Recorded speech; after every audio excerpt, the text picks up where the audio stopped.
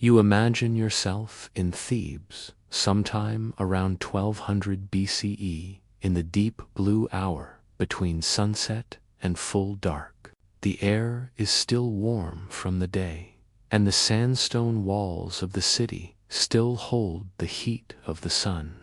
The wide courtyards and painted temples of the gods have gone silent. Only a few soft sounds remain: the faraway murmur of the Nile, the rustle of linen garments, and the faint tap of a reed pen against a clay pot somewhere behind the walls of a small workshop near the temple of Ammon. A light flickers. It is not the bright flame of a torch, nor the pure glow of a divine fire. It is a single oil lamp, its wick made from twisted flax, its oil pressed from castor beans and thick with soot. The lamp burns unevenly, coughing out a small plume of smoke each time the scribe moves too quickly. It is by this fragile flame that Papyrus, a royal scribe of Thebes, prepares to begin his night. He is not a priest or a nobleman, though his work will outlive both. He is a recorder, a maker of words, the quiet memory of his time, the night shift of civilization.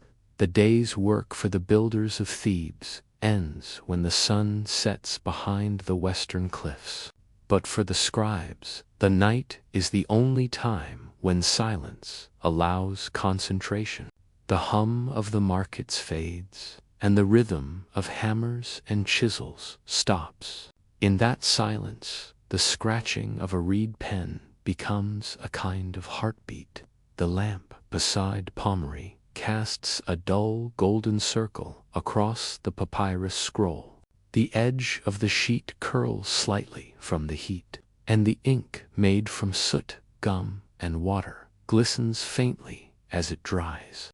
The ink has no scent, but the oil smoke fills the small room with a faint bitterness, an invisible reminder that the cost of every written word is air made heavy. His writing table is simple: a plank of acacia wood balanced over 2 limestone jars. A half-finished list of grain deliveries lies before him, columns of numbers, symbols for measures, names of estates, dates marked according to the reign of Ramesses III. It is work that no one praises, yet no temple can stand without it. There is no sound except for the soft, steady brush of his pen, a sound like insects whispering in dry reeds. Ink, patience, and smoke. Each Egyptian scribe mixed his own ink. Papyrus keeps 2 small cakes of it in shallow shells, black for text, red for titles and gods' names. The soot for the black came from burnt oil lamps, carefully scraped, ground, and mixed with a little water and gum arabic to make it smooth. The red was made from powdered ochre, and though it looked brighter, it was harder to use. Too much water, and it bled across the papyrus. Too little, and it cracked like dried clay. He mixes the ink slowly, tapping the shell against the side of his table. The cat beside him, small, pale, and half asleep, opens one yellow eye at the sound, then curls tighter. The cat's name is Nebet, which simply means lady. She came from the granaries as a kitten, chasing mice that nibbled at the rolls of papyrus. She has since become part of the scribe's routine, an uninvited but tolerated assistant. Her steady breathing fills the gaps between the scratches of the pen. In the corner of the room, an apprentice yawns, his head nodding over a scrap of practice papyrus. He is writing the same sentence again and again. To write is to preserve life. His lines lean unevenly, letters uneven in size, but each repetition brings him closer to the steady hand of his teacher. He will copy it 100 times before dawn. The house of words, the scribe's chamber, is small, but it belongs to a larger complex, part of the House of Life, per Ankh, the library and school attached to the temple. The House of Life is where Egypt's bureaucratic heart beats quietly. Here, scribes train, record, translate, and preserve everything from grain tallies to hymns to the gods. The walls are lined with shelves that hold papyrus rolls, each tied with twine and labeled with a small wooden tag. The oldest scrolls are almost as brittle as dry leaves. To unroll one is to risk watching history turn to dust. The youngest are still soft and faintly green, smelling faintly of the Nile reeds from which they were made. Each roll is a whisper from a different world, a list of taxes from Memphis, a letter to a general in Nubia, a hymn to Amun written for the festival of Opet, an inventory of cattle for the temple kitchens. To the gods, they are offerings of order. To the scribes, they are a life's work. No monument, no statue, no painted tomb could stand without these lists. The columns of hieroglyphs carved into the temples began as faint ink lines on papyrus, planned in rooms like this. The beauty of Egypt's eternal art began in the dim light of a scribe's oil lamp. A quiet skill to write Egyptian hieroglyphs by hand was not an act of inspiration, it was a discipline, a quiet endurance. Each sign had to be perfectly balanced, each bird. The work was less about beauty than obedience to form. Pameri's hand moves steadily, copying symbols with the rhythm of a craftsman who has repeated them thousands of times. His back aches, his eyes water from smoke, but he keeps his posture straight. To write poorly, even in the dark, would dishonor the words themselves. Every few lines, he stops to sharpen his reed pen with a small knife, trimming it to a fine point. The sound of the blade scraping the reed echoes softly in the quiet room.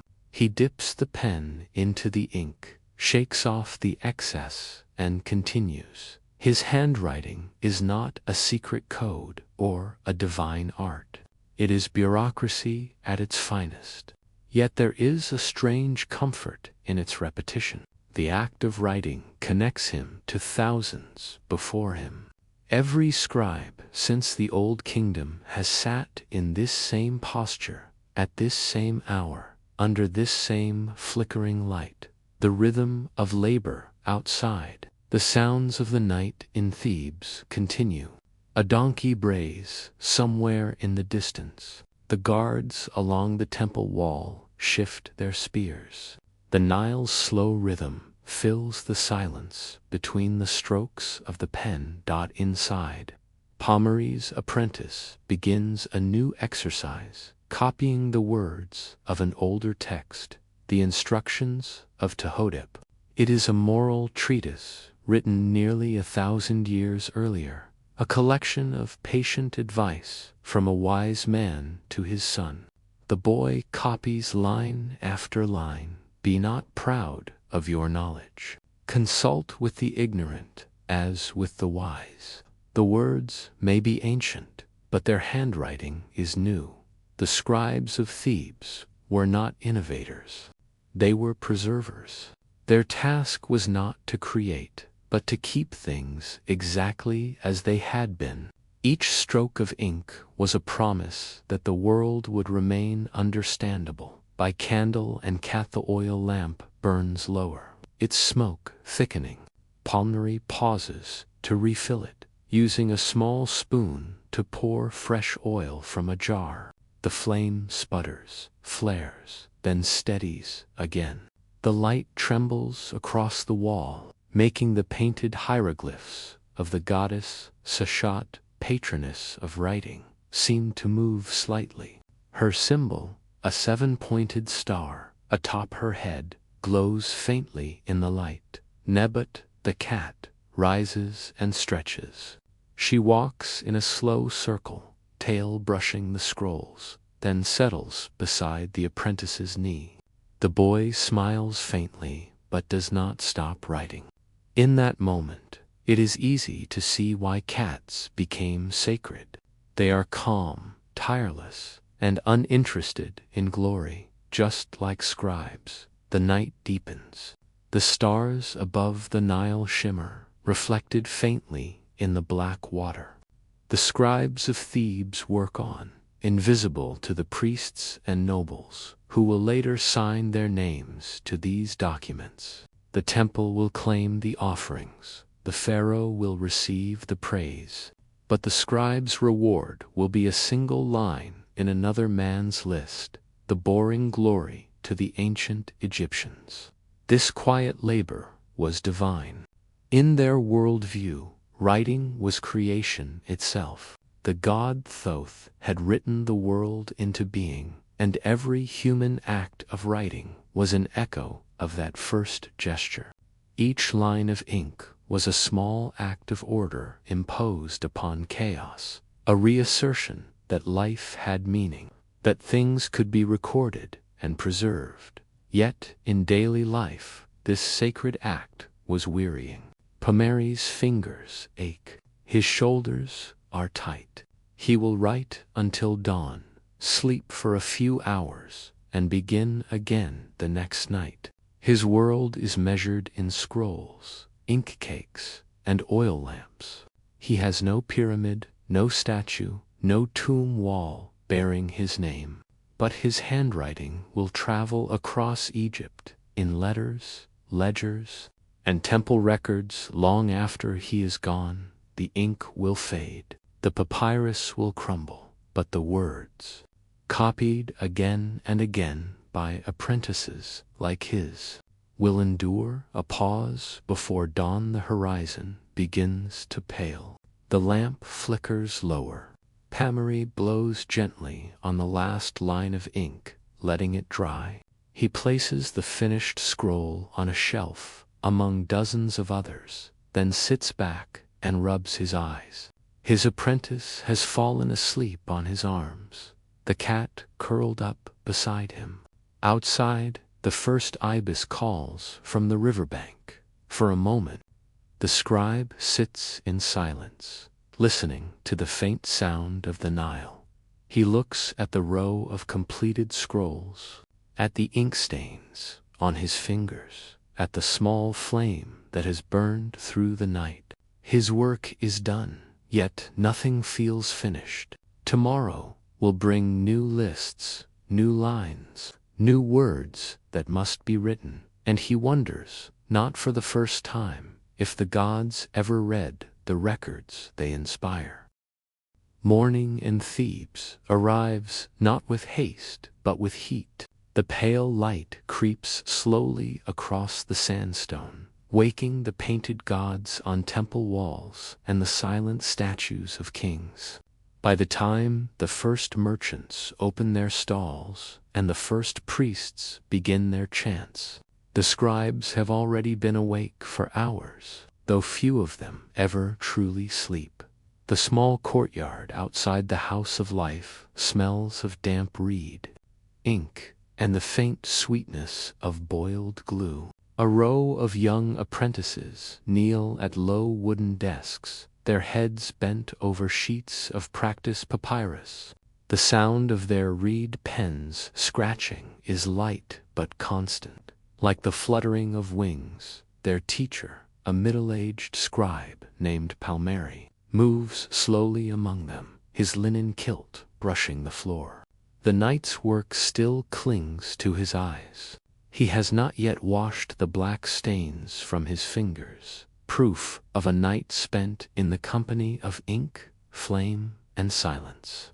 His cat, Nebet, trails behind him with slow dignity, pausing every few steps to stretch in the morning light. Lessons in stillness, the apprentices practice the basics lines, curves, and tiny hieratic symbols that will one day replace the decorative hieroglyphs of the temples. This simplified script is faster to write, less artistic but more practical for the endless documents that feed Egypt's bureaucracy. The boys' backs are straight, their arms stiff, their movements almost ritualistic. Papyrus stops beside one boy who is pressing too hard. The reed squeaks against the papyrus, leaving a blot. Papyrus says nothing, only places a hand gently over the boy's wrist and guides it downward, showing the lightness needed. The boy nods, understanding the lesson that writing, like prayer, requires balance, strength held in stillness. The Egyptians believed that words had a soul, a life force called Heka. To write without care was to harm that life. Even the most boring list of grain or taxes had to be written as if it mattered to the gods. Every scribe, no matter how humble, was trained in this belief from the beginning. Across the courtyard, the chief instructor recites the instructions of Keti, the traditional text used in every scribe's education. His voice is slow and rhythmic, half chant and half scolding sermon. Be a scribe. It saves you from toil and protects you from the HOA. The scribe is the ruler of all men, for his mouth commands them. The apprentices murmur the words as they write them. It is an old saying, repeated so many times that even those who do not believe it still find comfort in its familiarity. To be a scribe is to escape the back-breaking labor of the fields. Yet it is also to trade one kind of fatigue for another, the endless fatigue of the pen. Low table where the materials of writing are kept. There are bundles of papyrus reeds soaking in water, sheets drying in the sun, and small jars filled with pigment. The smell of glue and damp fiber hangs thick in the air. Apprentices take turns preparing their own tools. Each must cut and sharpen his own reed pen, slice his own papyrus sheets, and mix his own ink. The process is monotonous but sacred. Writing was not only an act of intellect, it was a craft, and every craftsman began with preparation. Papyrus was the lifeblood of Egyptian record-keeping.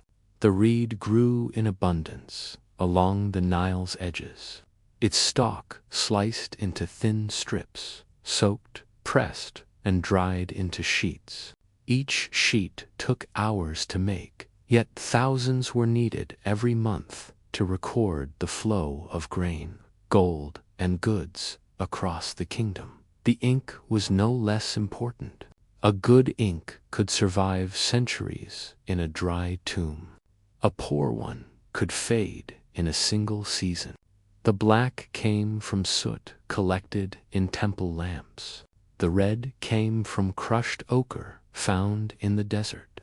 Each batch was unique, with tiny variations that modern scholars can sometimes still trace back to a specific temple or scribe. Every tool, every pen, brush, and inkpot carried the signature of its maker.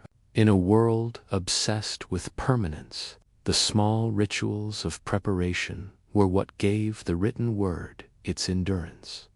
Bureaucracy beneath the sun by mid. The scribes of Thebes move indoors to the records hall, a long chamber cooled by stone walls. The room hums softly with the sound of scratching pens and murmured calculations. It is here that the affairs of an empire are quietly measured and managed. Tables are piled high with rolls of papyrus, inventories of livestock, lists of temple donations, letters from officials in Nubia, and receipts for the distribution of bread. Each scroll is tied with a cord and labeled with the name of its subject, the date, and the scribe who copied it. Accuracy is everything. Papyrus sits at the same table he has used for years. He takes a new scroll, a request from the overseer of the granaries, and begins to copy. The language is stiff, full of ritual phrases. Each line must be written without error, for even a small mistake could change the meaning entirely. In the bureaucratic world of Egypt, words were not flexible.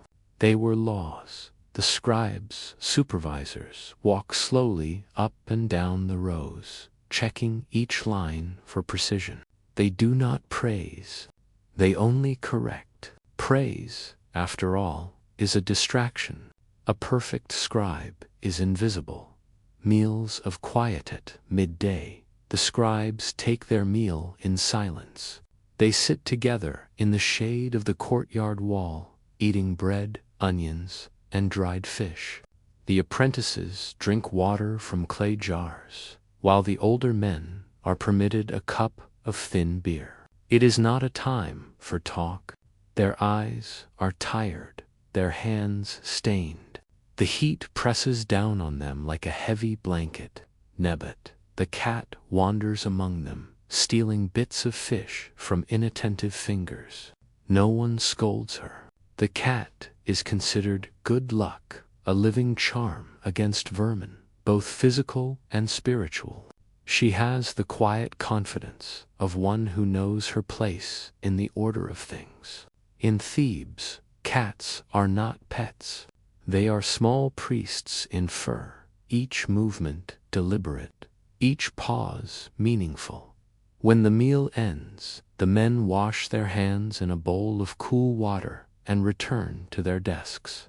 The work resumes as though it had never stopped. The apprentices afternoon in the later hours. The apprentices practice copying older texts. Some are mythological hymns, others are moral tales or administrative letters. Every pupil must learn to write both hieratic, the cursive form used for daily documents, and hieroglyphic, the decorative form used for sacred inscriptions. The distinction is subtle but profound. To master hieratic is to serve the living. To master hieroglyphs is to serve the gods and the dead. Pommery moves among them, correcting errors with patient precision. He reminds one boy that the symbol for life must never be written carelessly. Another that divine names require red ink. These are not merely aesthetic choices, but acts of reverence. The written word, like the spoken prayer, could call attention from divine ears. Occasionally, he stops to tell a story, not for entertainment, but for instruction. He tells of Imhotep, the great architect and physician who first raised stone-like poetry. He tells of Tehotep, the philosopher who warned against pride in knowledge. And he tells of the scribes of Abydos, who once recorded every loaf of bread baked for the pharaoh's tomb, a task so endless that one man is said to have written until he lost the use of his hand. The apprentices listen with quiet awe, though some secretly yawn. For them, the world of grand temples and monuments is far away. Their reality is repetition, ink, and dust. The philosophy of patience, what holds this quiet machine together, is not ambition, but patience, a patience cultivated like a crop. The Egyptians prized endurance over speed. A scribe who wrote quickly risked error. One who wrote slowly ensured the endurance of truth. In Thebes, even the act of correction is ritualized. A mistake cannot simply be erased. It must be acknowledged. The scribe draws 3 fine lines over the error, writes the correct word above, and continues. To conceal a mistake completely would be to deny the truth of imperfection, something even the gods did not do in the house of life. The scribes often copied the same texts for generations. The repetition was not punishment, it was devotion. Each new copy was a renewal of order, against the chaos that always threatened Egypt, the floods, the droughts, the decay of memory. Writing was the stillness that held the world steady. Shadows of the afternoon as the sun begins to lower. A faint hum fills the hall. The heat has softened. Outside traders shout across the market, and the air carries the smell of roasted grain. Within the house of life, the light grows dimmer. Lamps are lit again, the same kind of oil lamps that had burned through the night before. The scribes. Shadows stretch long across the floor, merging with the lines of ink that flow across their papyrus. It is said that a man's shadow is his spirit. If that is true, then the spirit of Egypt lies scattered across these scrolls, countless shadows preserved in ink, names of forgotten farmers, merchants, soldiers, and priests. The scribes do not think about this. They simply write. Pommery glances at the shelves of completed scrolls. They lean precariously, like towers of dry leaves. Somewhere among them are records he himself copied years ago. Perhaps a tax list. Perhaps a hymn. He cannot remember. He wonders if anyone ever reads them again, or if they exist only to exist outside. The cat Nabat climbs the wall and perches on a warm stone ledge, her silhouette outlined against the orange sky. She watches the city in its endless rhythm, men shouting, boats mooring, dust rising. For her, time is measured only by the turning of the light. The unending workwind, the evening call of the temple priests echoes through the city. The scribes do not stop. Their work is not tied to the sun. Another night begins. Another list must be written. Pommery lights his lamp again, refills his ink, and returns to the same place he began. The flame wavers, catching in the same small groove of the desk where countless lamps before his have sat.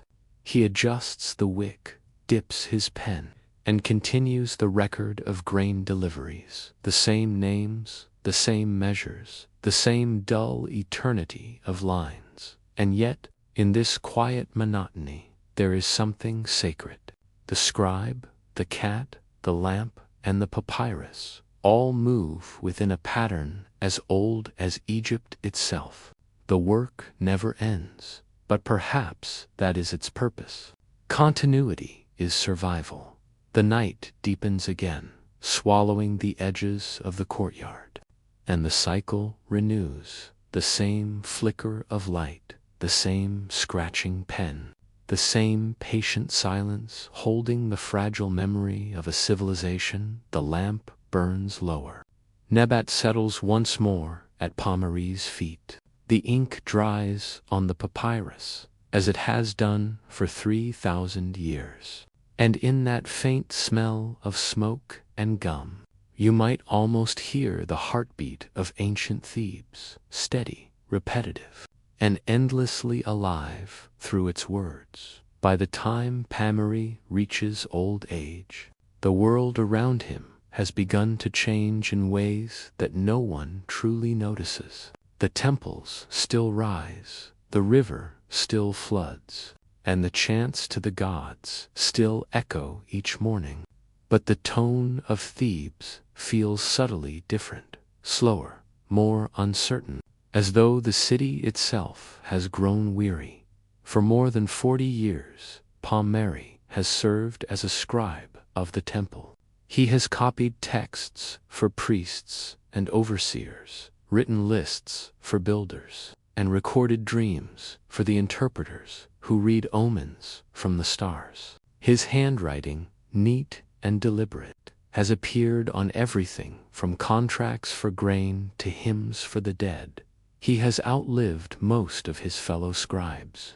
His apprentice, once a yawning boy with uneven lines, now trains new students of his own.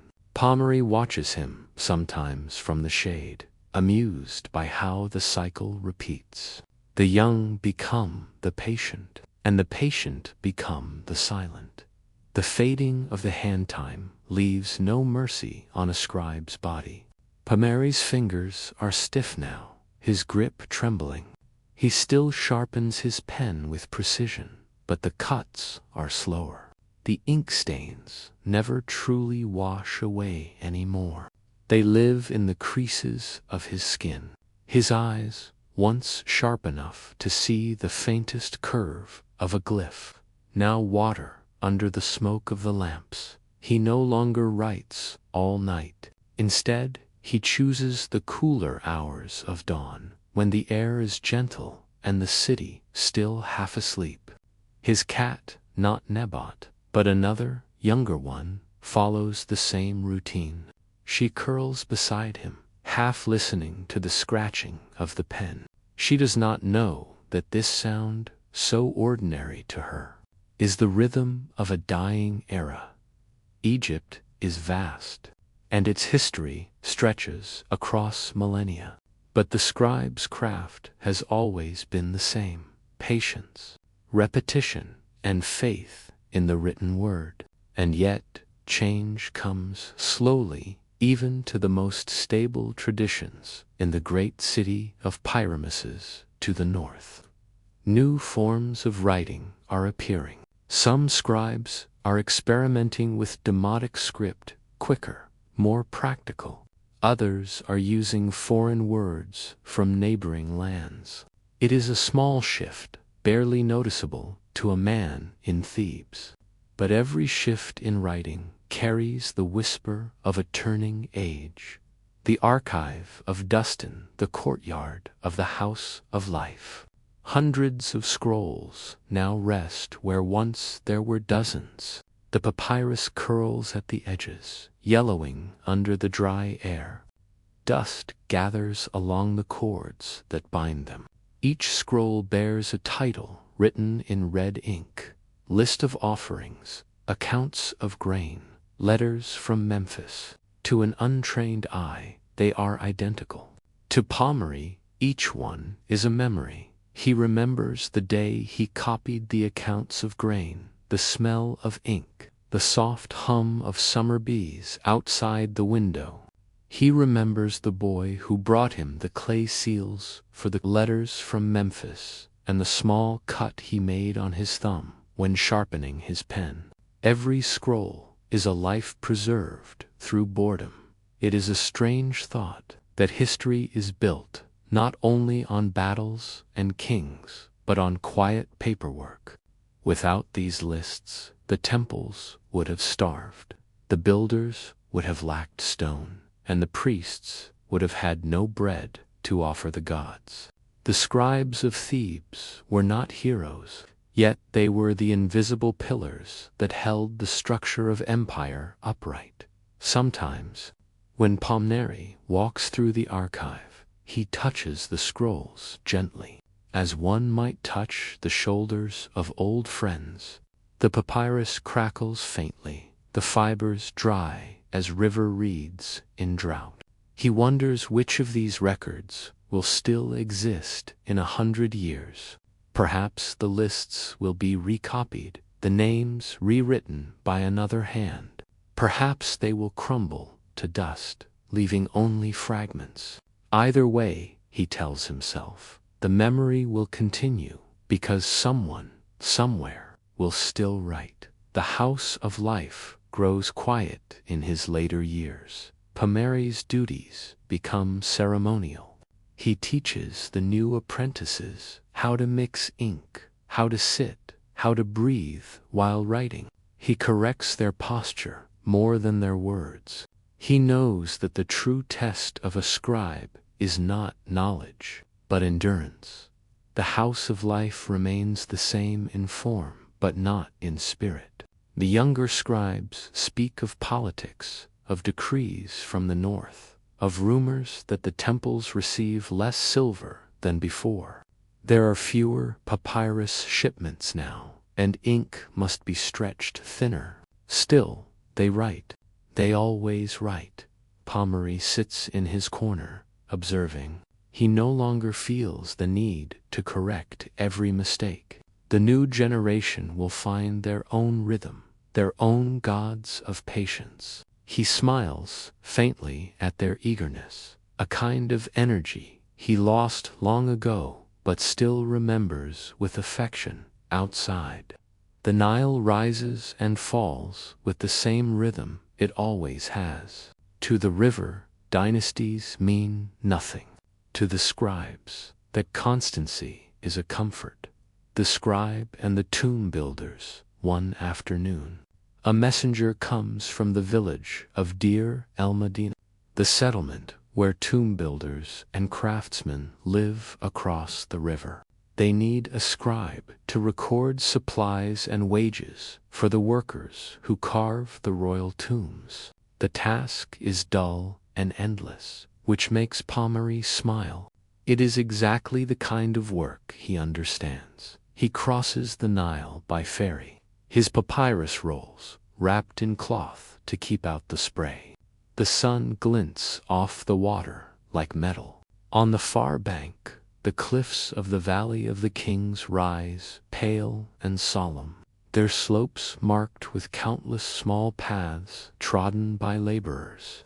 The tombs are quiet from the outside, but within, hammers echo faintly like heartbeats. Pommery spends his days sitting under a small awning, recording the deliveries of stone, oil, and bread. His hands move slowly but steadily, writing each line with deliberate calm. The workers pass by him with nods of respect. They call him the Old Writer of Light, a title he does not fully understand. Perhaps they mean the way he writes, by the lamp even in daylight. Or perhaps it is something else, a recognition that his craft, though small, preserves the light of meaning itself at sunset. When the workers return home, Pommery remains a while longer, watching the cliffs turn gold, then violet. He feels no hurry to leave. He has spent his life in the service of permanence. What is one more hour against eternity? A final lesson when Pommery finally retires from the house of life. His apprentice, now the chief scribe, insists on a small ceremony. The other scribes gather in the courtyard, their linen robes white in the morning sun. A table is set with bowls of ink, new pens, and a fresh sheet of papyrus. The ceremony is not for glory. It is a ritual of continuity. Each man writes a single line from the instructions of Keti onto the sheet, their handwriting forming a slow, careful chorus. When the sheet is filled, it is placed in a small wooden box and sealed with wax. It will be stored in the archive, another record, indistinguishable from the others, yet containing the unseen history of friendship and labor. When it is Pommery's turn, he writes his final line. The words are not his own, but they might as well be. A man dies, his body is dust, but his name is kept alive through his writing. He lifts the pen, blows gently on the ink, and sets it down. For the first time in decades, his hands are still. The quiet end. He spends his remaining years in a small home near the edge of Thebes, close enough to hear the rivers murmur. The house of life continues without him. The apprentices he trained now train others. Sometimes they send small gifts, a roll of papyrus, a pot of ink, a message written in the formal style he once insisted upon. At night, he still lights a single oil lamp. The cat curls beside it, and the flame flickers on the walls, painting faint, dancing shadows of hieroglyphs long memorized. He does not write any more, but his fingers still twitch slightly, tracing invisible lines in the air, the ghost motions of a pen on papyrus. When the end finally comes, it is uneventful. The lamp burns low. The cat sleeps. The scribe closes his eyes, and his breath fades quietly, like the dying of a flame, the memory of ink years later. The new scribes find his old desk in the corner of the house of life. Beneath the boards, they discover a small collection of scroll fragments, drafts, practice sheets, notes written to himself. Some are covered in lists, others in half-finished prayers. On one, faint but legible, is a line written in red ink. I have written so that I may be remembered, though I do not know by whom. They place the fragments in a jar and label it simply, belongings of the scribe Pomeroy. No one speaks of him again, yet his handwriting continues to live, copied, studied, and imitated by others who never knew his name. The lines of ink he wrote in silence will survive centuries, carried forward by accident and dust. Across time, 3,000 years pass. Thebes becomes ruins, its walls broken, its temples buried beneath sand. Travelers and archaeologists will one day uncover the house of life, its shelves collapsed, but still whispering the dry rustle of papyrus. They will unroll the fragments and marvel at the handwriting, neat, careful, consistent. They will speak of the scribe's discipline, of the art of Egyptian administration. They will not know his name, but they will study his craft as evidence of a civilization that worshipped order through repetition. And somewhere among those fragile remains, perhaps one line of Pomeroy's work will still be visible. Black ink on faded reed, a single trace of the hand that once trembled by candlelight. A cat figurine carved of limestone will be found nearby. Its eyes are painted gold. Its posture is perfectly still. The archaeologists will note it as an artifact of domestic life, but they will not see the deeper connection that in ancient Thebes, silence and companionship were intertwined, that even a cat's presence beside a lamp was part of the rhythm of writing that built a civilization. The unfinished sentence, the act of writing, has never truly ended. From clay tablets to paper, from ink to digital glow, each generation of record keepers inherits something from Pomeroy and his kind, the belief that memory must be preserved, no matter how ordinary. Each list, each name, each dull notation is a thread in the vast, patient fabric of history. And somewhere, across millennia, the same questions linger in the quiet spaces between the lines. Do the words we write keep us alive? Or do they simply remind the world that we once tried to speak? The lamp burns, the pen moves, the ink dries, and in that stillness, history continues, word by word, stroke by stroke, never truly ending. At dawn in the city of Memphis, the air already carries the scent of smoke and damp earth. The first sunlight creeps over the flat rooftops, brushing the edges of the palm fronds and catching on the ripples of the slow, silty river. In a small courtyard near the temple of Ptah, a man named Nebaman wakes before the city does. He is not a priest, nor a builder, nor a scribe. He is something far less celebrated, a maker of ink. His work will never be praised in the temple hymns, and yet without him, those hymns could not be written at all. The morning fire, Nebaman kneels beside a small clay hearth and touches flint to dried reeds. The fire takes reluctantly, coughing a few sparks before settling into a steady burn. He fans it gently with a reed mat, his movements practiced and silent. His wife, Tia, still half asleep, watches from the doorway as the smoke twists upward in delicate spirals. The inkmaker's work depends entirely on the quality of his fire.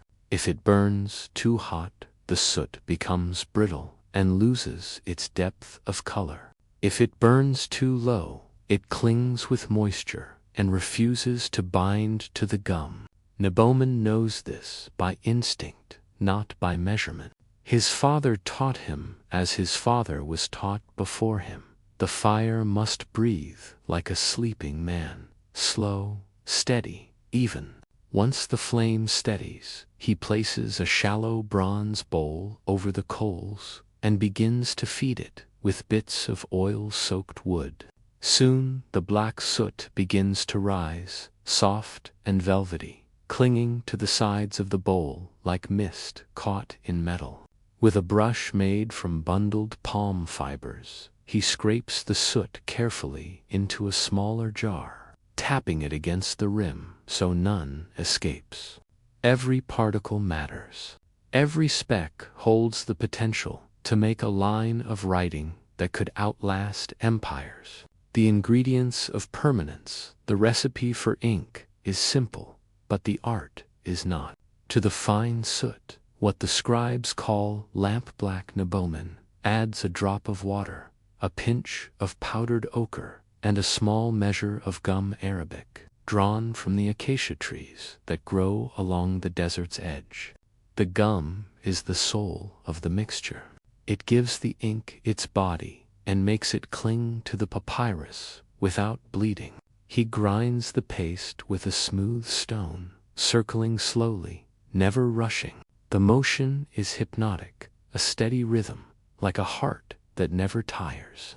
Tia joins him, pouring a trickle of water now and then, her fingers stained dark from years of work. Neither speaks. They have done this together for 20 seasons, and silence has long become their language. Outside the courtyard, Memphis is waking. Donkeys bray, traders call out, and the smell of baking bread drifts from the marketplace. But within the ink maker's walls, time feels suspended, measured not in hours but in shades of black.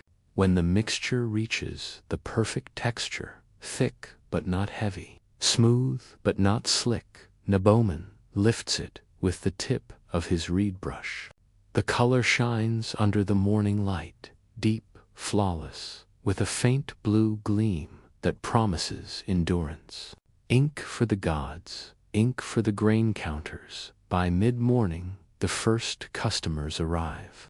The apprentices from the House of Life, the same temple school where scribes like Pomeri once trained, come carrying small clay pots and polite requests. Their masters require ink for copying funerary texts and temple accounts. Neboman measures out the portions with quiet care. A small pot for sacred texts sealed with wax. A larger, cheaper one for bureaucratic records.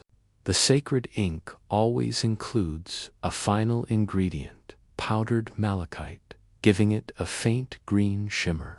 The scribes say this color pleases Thoth, the god of writing. For the others, plain black will do.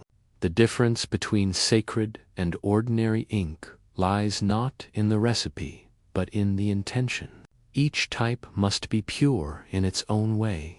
Even the humblest line of inventory deserves clarity, for what good is civilization if its records fade?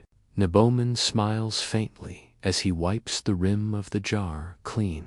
He knows that somewhere across the city, a scribe will open this ink and dip his pen into it with the same care.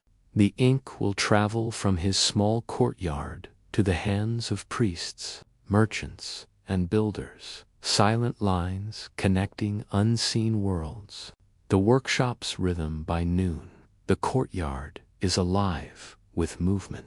Bundles of papyrus stalks arrive from the river, delivered by a boy from the Delta. Tia begins the long process of papyrus making, a task that demands its own kind of patience. She slices the stalks into thin strips, each no wider than her finger. The smell is sharp and sweet, like green reeds after rain. She lays the strips side by side, then weaves another layer across them at right angles.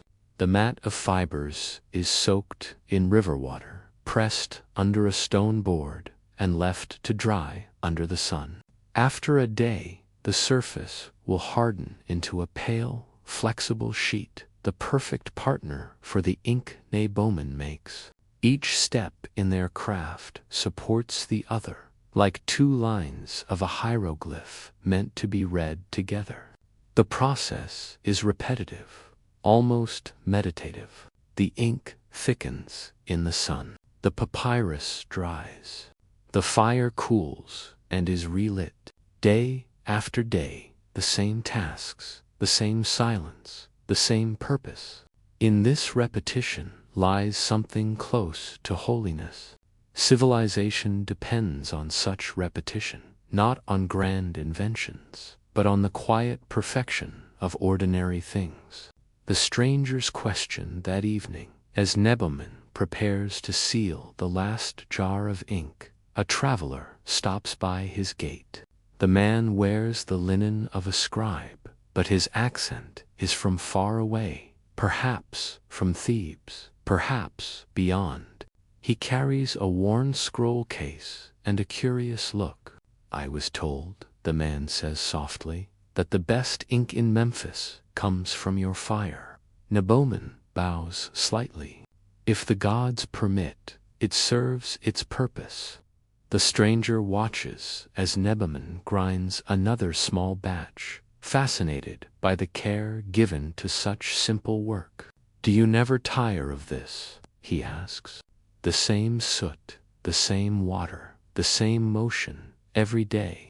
Neboman pauses, wipes his hands on a cloth, and answers without looking up. "I do not make ink to please myself," he says. "I make it so that others may remember." The traveler smiles at that. "And when they no longer remember you, then my ink will speak for me," Neboman says simply. "It will outlast my name." Smoke and memory. When night comes, the city quiets under the purple sky. Neboman cleans his tools and banks the fire to embers. The scent of soot clings to his hands. The black dust gathers beneath his nails. He sits on the threshold of his workshop, watching the last wisps of smoke drift upward. In the silence, he can almost hear the words that tomorrow's ink will write. Words of praise, of law, of mourning. He will never know what they say, yet he feels connected to them all. Like a hidden pulse beneath the noise of history, Tia joins him, laying out flat sheets of papyrus to cool under the night air. The moonlight touches them faintly, making them shimmer like water. She hums softly, a melody from her childhood, something about the river's gift. Neboman listens. The rhythm of her song matches the rhythm of his grinding stone, patient, circular, eternal, the black and the red in Egypt. All writing lives between two colors, black for the body, red for the spirit. Black ink records the facts, the grain, the names, the laws. Red ink marks what is divine, the gods' names, the headings, the beginnings of sacred words. Every page of papyrus is a dialogue between the two, life and power intertwined. Neboman prepares both kinds. The red pigment he grinds from powdered ochre and cinnabar, bright and heavy, smelling faintly of metal. He uses a separate mortar for it. Even a single drop of black would ruin its purity. He handles it with reverence, as if touching the blood of the sun. He knows that scribes treat the red words differently. They pause before writing them, straighten their posture, whisper a short prayer to Thoth. The red gives meaning to the black, just as light defines shadow. Sometimes, when he finishes both inks and sets the jars side by side, Nebaman feels a quiet satisfaction. He is, in his own way, a kind of priest, not of temples, but of continuity. Every jar he seals is a small promise that words will endure. The lamp's reflection late at night. Nebaman writes a few test lines on a scrap of papyrus. His handwriting is uneven, but he enjoys the motion. The ink flows perfectly, smooth, dark, obedient to the pen. He watches how the lamplight reflects off the wet surface before it dries to a dull sheen. The papyrus crinkles faintly as it absorbs the ink. There is something living in that sound, the quiet sigh of a civilization recording itself, one breath at a time. He sets the sheet aside and lets it dry beside the cooling fire. Tomorrow it will be gone, cut up or reused, perhaps even burned. It doesn't matter.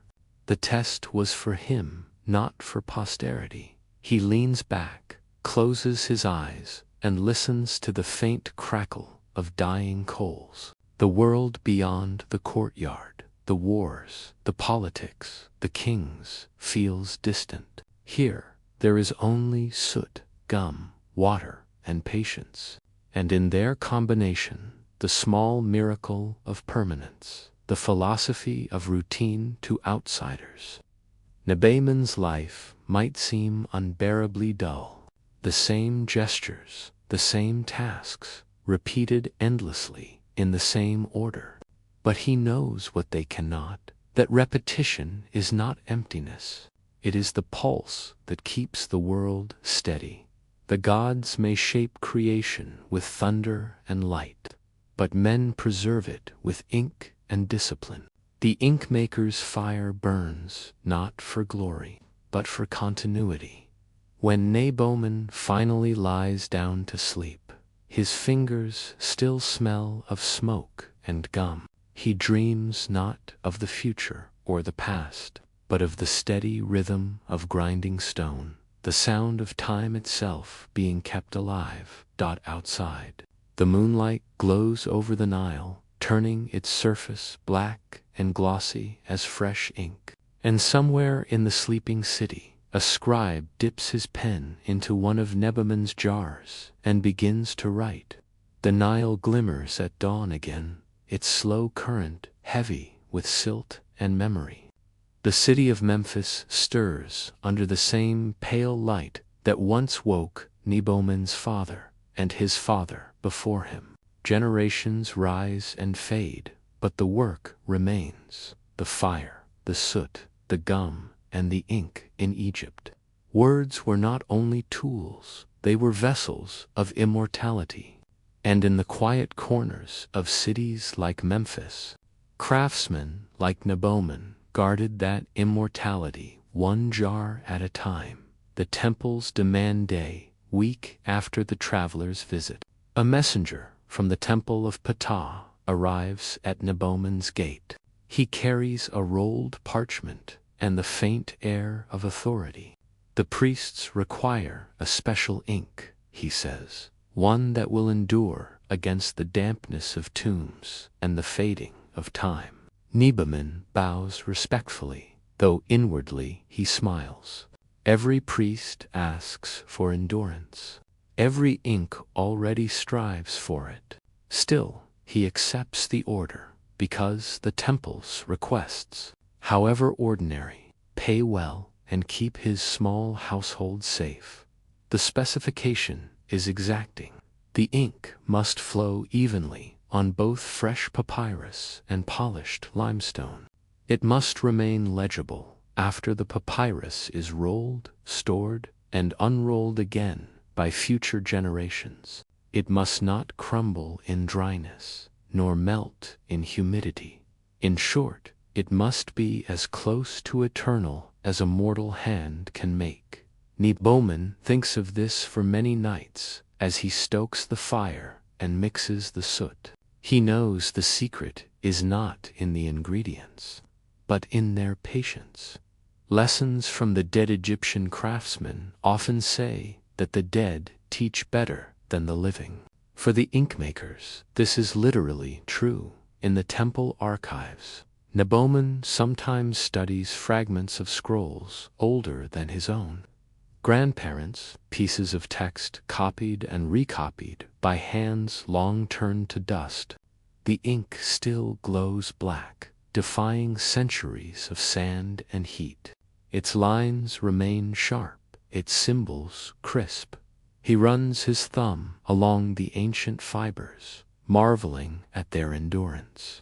He can almost sense the original maker, some unknown worker, grinding soot in a courtyard much like his own, repeating the same motions, unaware that his craft would outlast dynasties. This continuity humbles Neboman. He realizes that he too is part of a silent chain stretching backward and forward through time, each inkmaker contributing to a conversation that never ends, the colors of time to make the temple's ink eternal.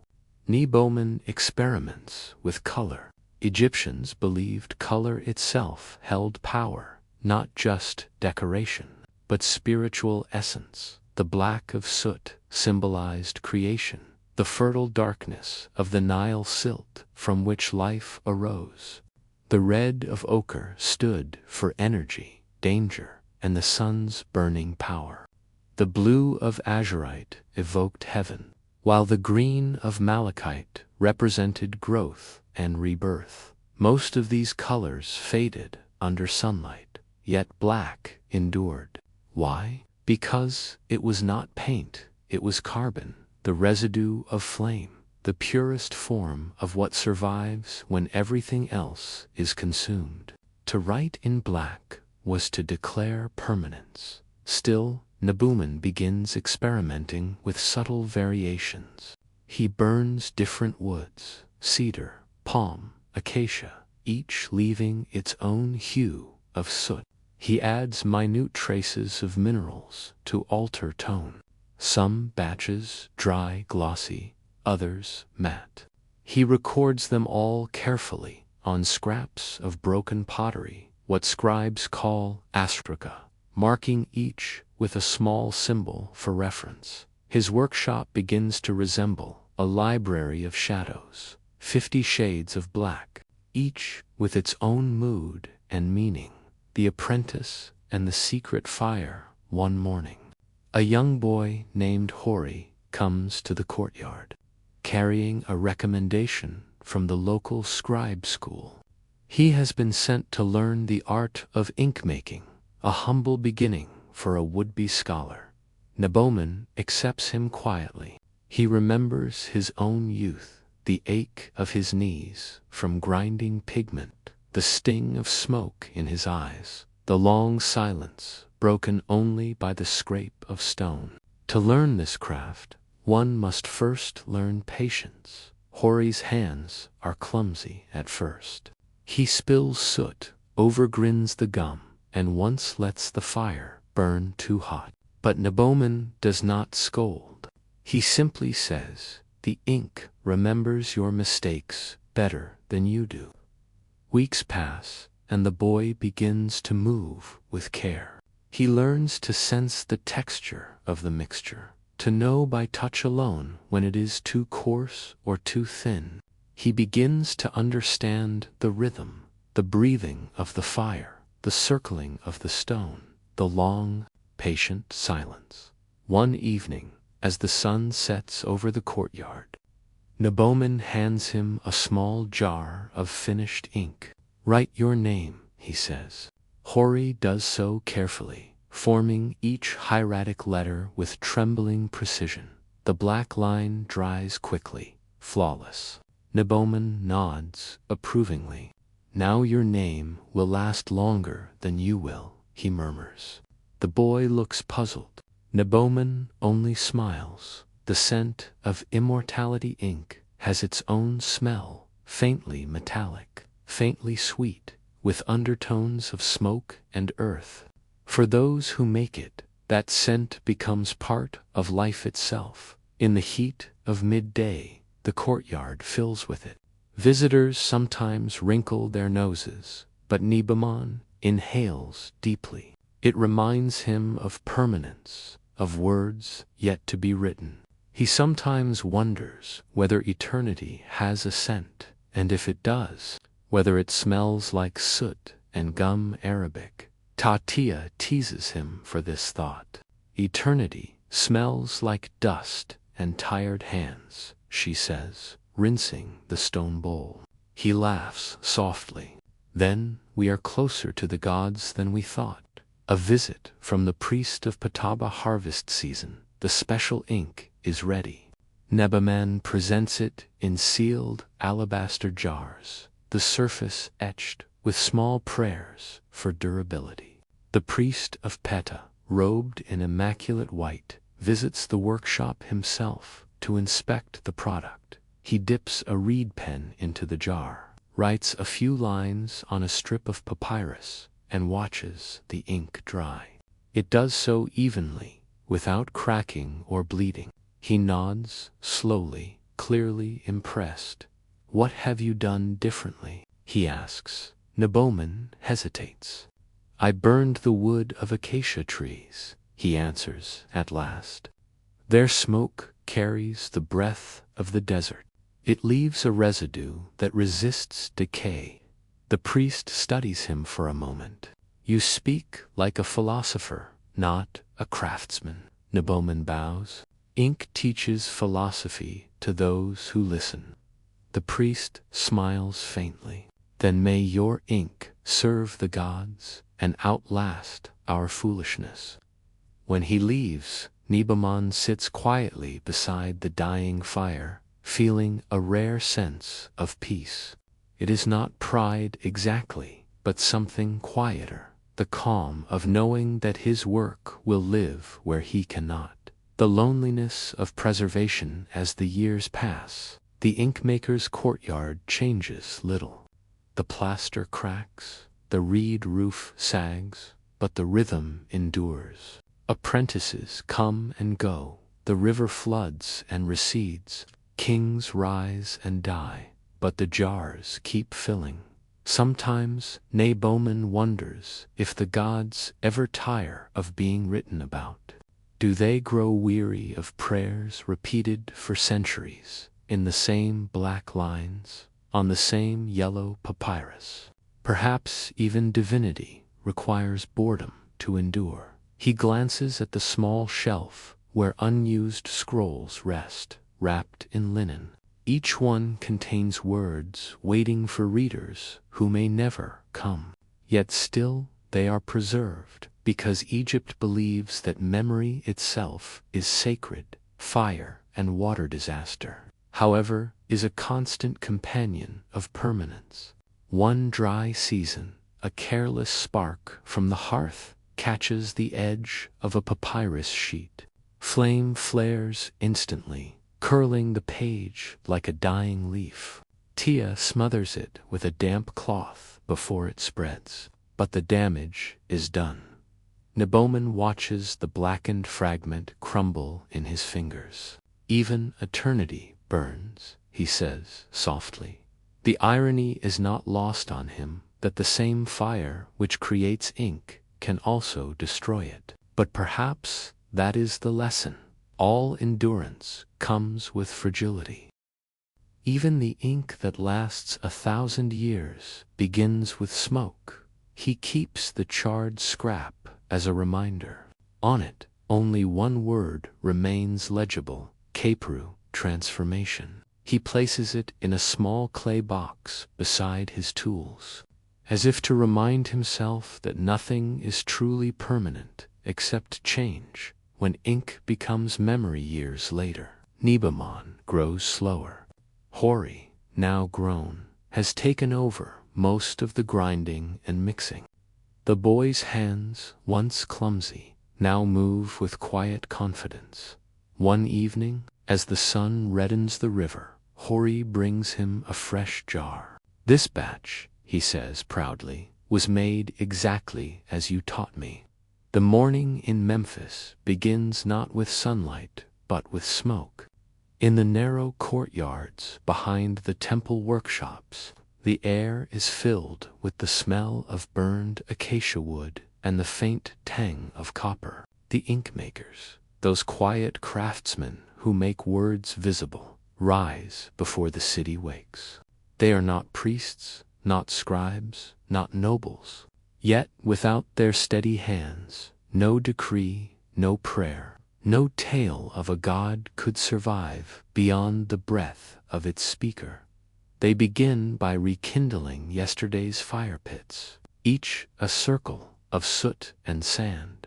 The goal is to make soot, pure, fine black soot, the foundation of writing itself. The process is both dull and sacred. One must burn the right kind of wood, too wet, and the soot clumps. Too dry, and it burns to clean, leaving nothing behind. The ash is scraped with bronze blades into shallow dishes, then ground endlessly with smooth stones until it takes on the texture of powdery night. Next comes the mixing. The ink makers of Memphis were, in a sense, alchemists. They ground gum arabic, the dried sap of the acacia tree, into fine granules, dissolving it slowly in water until it turned viscous and clear. To this, the soot is added, pinch by pinch. A single drop of water, too much, and the ink will smear. Too little, and it cracks upon drying. The masters say that the ink should feel like the skin of a fig, not too wet, not too dry, pliable under a reed's touch. The sound in the workshop is a gentle rhythm of grinding, scraping, and the occasional clink of bronze. Outside, the Nile glimmers like molten gold. Boats move silently down its length, carrying limestone blocks toward far-off tombs. But here, in this shaded courtyard, time slows into repetition. The same mixture, the same motions, every day for decades. The young apprentices count their movements aloud, 100, 200, 500 rotations of the pestle for precision is a kind of devotion. The ink, once mixed, is poured into small clay jars, sealed with linen and marked with the maker's symbol. Each jar might last a scribe for months, but the best ink, the kind reserved for temple decrees or royal correspondence, is tested under fire. Literally, a drop is placed on papyrus and held near a flame. If the line remains dark and does not fade, it passes. The Egyptians were obsessed with permanence, for they believed that to write something was to preserve the soul of its subject. The ink, therefore, was not merely a tool, it was a vessel of eternity. Nearby, another group of workers prepare papyrus. The stalks are cut from the riverbank and stripped of their green skin. Beneath lies the pale inner pith, soft and moist. It is sliced into thin strips, laid side by side, then another layer is laid crosswise atop it. The sheets are dampened, pressed beneath stones, and left to dry in the shade. The result, after days of patient waiting, is a surface both strong and delicate, the silent partner to the inkmaker's craft. The smell of drying papyrus mingles with that of soot and gum, creating an aroma known only to those who have lived their lives in such work. When the sun reaches its height, the inkmakers rest in the shadow of the wall. Their conversation is minimal. They talk about the Nile's level, the quality of wood, the stubborn behavior of apprentices. It is a calm world, and perhaps, from the outside, a boring one. But this monotony is what sustains civilization. Every letter carved into stone, every word written by candlelight, every name whispered across centuries, all depend on the quiet perfection of men who never see their work displayed. One elder, named Panifer, is said to have spent 60 years mixing ink. He boasts that a single pot he made once outlasted the dynasty that commissioned it. He never wrote a word himself, yet his black paste preserved the names of pharaohs, merchants, and gods alike. It is not the hand that writes that endures, he tells his students. It is the ink that refuses to fade. By evening, the jars are lined up in rows. The soot settles on their hands and faces like a second skin. As the day cools, cats wander into the courtyard, weaving between baskets and clay jars. One of them, a small, striped female, jumps onto the workbench and leaves paw prints on a drying sheet of papyrus. The apprentices laugh nervously, but Panifer only smiles. "Let her," he says. "Even the gods leave their marks by accident." That night, as the workshop closes, the ink makers wash their hands in basins of river water. The black never fully comes off. In the fading light, it looks as though their skin itself is writing something invisible, a story that will never be read. And as the last jar is sealed, the question lingers quietly in the air. If ink preserves words, what preserves the hands that made it? The ink jars from the workshops of Memphis traveled farther than most men ever did. Some were carried by donkeys along the old river roads toward the royal scribal schools in Thebes. Others went north to the delta, sealed within crates bound for temples where priests copied hymns to Ra or spells for the dead. A few, the finest of all, crossed deserts on the backs of caravans, reaching even the distant fortresses of Nubia. Each jar was anonymous, yet within it slept the potential for eternity. 1,000 names waiting to be written. By the time an ink jar left Panifer's courtyard, it had already absorbed weeks of work, hundreds of careful gestures, and years of silent apprenticeship. Wrapped in linen, it looked insignificant, no larger than a fruit. Yet, when unsealed by a scribe in the shadow of a statue, it would awaken into purpose, a black liquid that gave voice to power and prayer. In one such jar, a particular batch of ink, made on a day when the wind had blown fine desert dust into the soot, found its way to the temple of Petta in Thebes. The priest scribes there were recording the foundation texts for a new annex to the temple, the kind of work that no one would read once completed. The text was long, repetitive, and largely ceremonial. Inventories of offerings, names of donors, measurements of doorways and thresholds.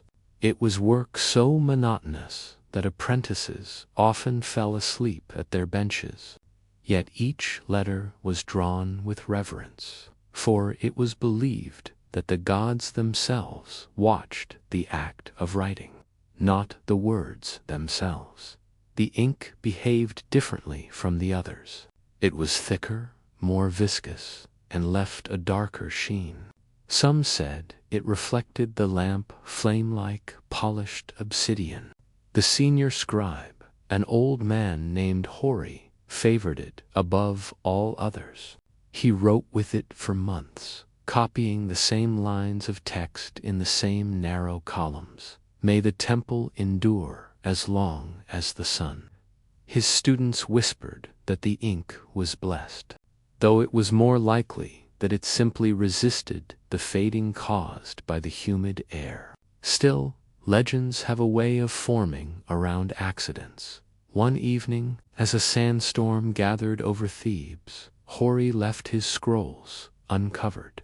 Dust swirled through the open windows, coating the papyrus in a thin layer of grit. The next morning, when he brushed the dust away, he noticed that the writing beneath seemed even darker, as though the storm had sealed the ink into the fibers. That scroll, forgotten in a storeroom for centuries, would one day survive when others crumbled. A mere change in the wind had helped immortalize recipe born from routine. Meanwhile, Potiphar, the old ink maker, lived to see for pharaohs crowned and buried. His apprentices came and went. Some left for Thebes, others for Abydos or Saqqar. Neboman nods and tests it on a small strip of papyrus. The line flows perfectly, smooth as silk. He watches the wet black shimmer, then dry to a dull permanence. He sets down the pen, smiles faintly, and whispers, "Then my ink has remembered me." Outside, a cat slinks through the doorway, tail flicking, eyes glowing amber in the half-light.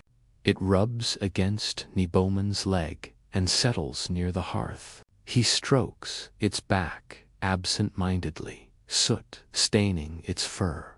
The cat purrs softly, a low, rhythmic sound that blends with the faint hiss of the fire.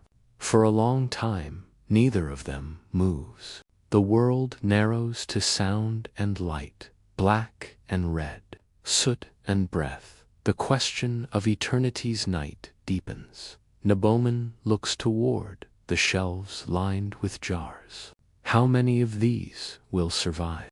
How many will dry, crack, or be forgotten in the sands? He does not know, and perhaps it doesn't matter. The act of making them was itself a kind of immortality. Each jar carried a moment of intention, a fragment of care, a spark of continuity. Even if none of it lasts, the attempt to make it last does. He closes his eyes, listening to the cat's steady purr, the whisper of wind through the papyrus mats. The room smells of smoke and time. The ink, cooling in its jars, glows faintly under the lamplight, black as the night sky, red as the horizon. And somewhere, in the quiet of Memphis, a new scribe uncaps one of those jars and begins to write. Unaware of the hands that shaped its contents, Neboman exhales softly. The fire flickers. The world seems to pause between breath and silence. If ink could dream, he thinks, what would it dream of? Would it long to be used, or to remain sealed, untouched, forever perfect? The thought drifts away as the lamp dims. But the courtyard never changed, the same grinding stones, the same smell of burnt gum. In his final years, Potiphar no longer worked but watched. He watched as the new apprentices tried to make ink too quickly, skipping steps, eager for results. He watched as the cats grew fat and the fires burned low. He told them, "You cannot hurry permanence. You can only repeat it until time forgets your name." When he died, they sealed his body in a modest tomb near the riverbank. No statue, no gold, just a small jar of ink placed at his feet, a gesture from his students. The jar, marked with the symbol of a soot-black cat, was meant as an offering to Thoth. But like so many small things in Egypt, it took on a destiny of its own. Centuries later, when grave robbers disturbed Potiphar's tomb, they ignored the jar. They took the amulets, the linen, the sandals, all the glittering things. The jar, cracked but intact, rolled unnoticed into a corner and was buried under sand. And there it remained, through dynasties and droughts, through floods and forgetfulness, until archaeologists uncovered it 3,000 years later. Inside, the ink was dry, but still black. Under a microscope, its soot particles gleamed like tiny fragments of night sky. When mixed again with water, the ink wrote a line, faint but visible. The words it traced were not of gods or kings, but a simple test by the modern hand that revived it. Papyrus ink endures. The scientists found traces of acacia gum and microscopic particles of copper dust, exactly the kind that might have blown through Memphis on a hot afternoon. The mixture, it turned out, was remarkably stable. In laboratories far from the Nile, Papyrus' patience was measured in data tables, his life's monotony reduced to chemical composition. Yet, even there, behind glass and fluorescent light, his work still performed its purpose, to make a mark that time could not erase in the end. What is more permanent, the words themselves, or the invisible craft that made them possible? We remember kings for their names and monuments, but the true endurance of Egypt lies in the ordinary work, the slow grind of soot, the stirring of gum, the waiting for water to dry. The inkmakers of Memphis never sought glory. Their reward was the silence of perfection, the assurance that what they made would outlast them, even if no one ever said their names again. Their lives were not written in stone, but their hands gave stone its voice. And somewhere, in the dust of another forgotten courtyard, perhaps another jar waits, a quiet, unbroken promise that words, once born, need only a little patience to live forever. In the ancient city of Thebes, there was a building known to the scribes as per Ankh, the house of life. It was not a palace nor a temple in the grand sense, but a modest complex tucked between high sandstone walls, where the air smelled of ink, wax, and time. Here, by day and by night, Egypt's learned men bent over papyrus sheets, copying hymns to the gods and letters to the dead. Their backs ached, their eyes strained, and their fingers grew calloused from the rough reeds they used as pens. And always, among them, there were cats. They moved silently between benches, curling into shadows, slipping beneath tables stacked with scrolls. The scribes never questioned their presence. Cats were as much a part of their world as the smell of soot or the hum of distant insects.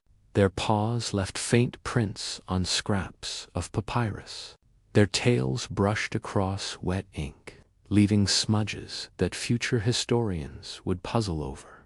But to the scribes, the cats were more than company. They were guardians of grain, of silence, and of sanity.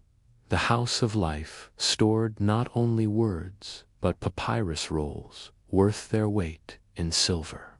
Mice were a constant threat. They chewed through baskets, nibbled at glue, and shredded sacred texts to build their nests.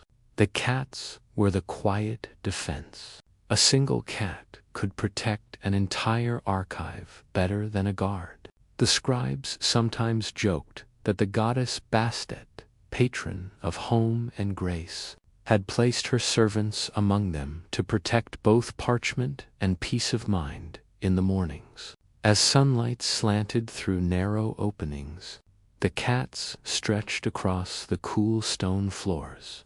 They blinked slowly, unbothered by the bustle of apprentices cleaning the benches or grinding ink. The youngest scribes often found comfort in their presence. It was said that the gods allowed the cats to see both the living and the dead, and so, when a scribe wrote letters to departed souls, it was the cat's steady gaze that kept him calm at midday. When the air grew too thick to breathe, work paused. The scribes lay their reeds aside and rested in the shade. Cats took these moments to leap onto tables, weaving between scrolls as if inspecting the work. Their fur glowed golden in the light that filtered through the high windows. A few would curl into the laps of the older men, purring softly. The vibration, rhythmic, steady, endless, was said to soothe the heart. Even the most anxious apprentice, his hand trembling from exhaustion, could feel his pulse slow when a cat purred nearby. In that low hum, there was something ancient, something older than Egypt itself. Perhaps it reminded them of the Nile, its ceaseless murmur, its gentle persistence. Both the river and the cat moved without haste and without end. The priests of Bastet maintained small sanctuaries for cats across Egypt, but nowhere were they more quietly revered than in the scriptoriums.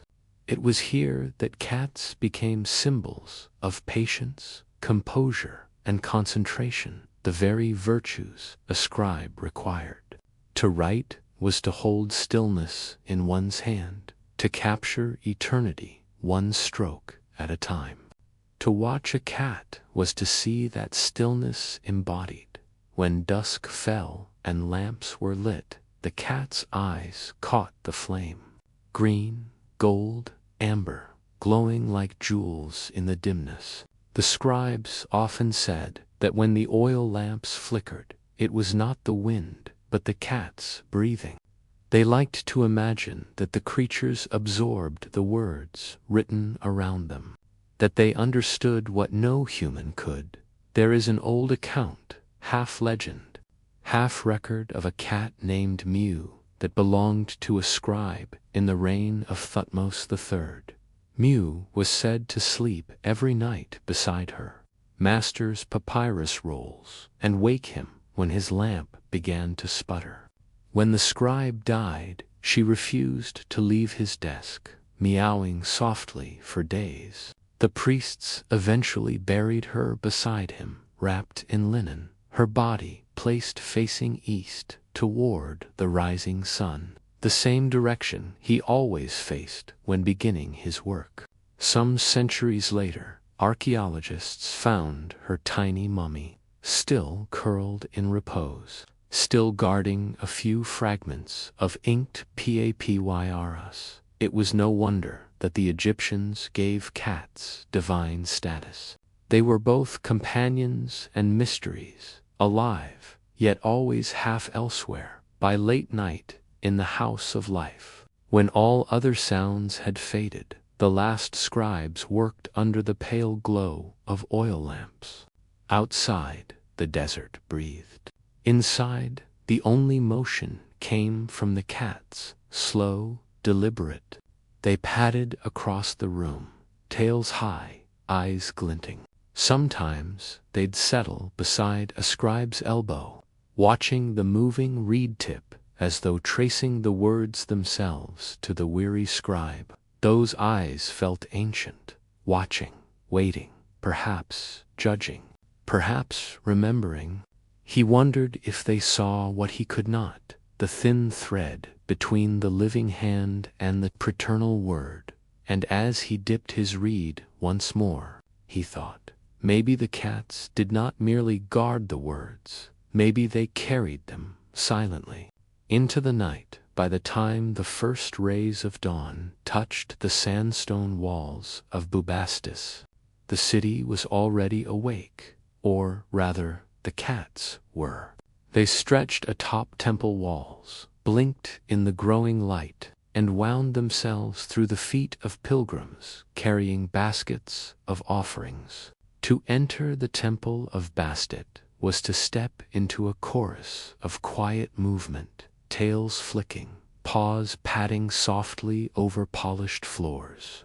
100 small lives, drifting like smoke through sacred halls. The scribes who worked there called the cats the whispering ones. They believed the animals could hear prayers before they were spoken. The temple was dedicated to Bastet, the goddess of home, fertility, and grace, and in her honor, thousands of cats were cared for by priests and attendants.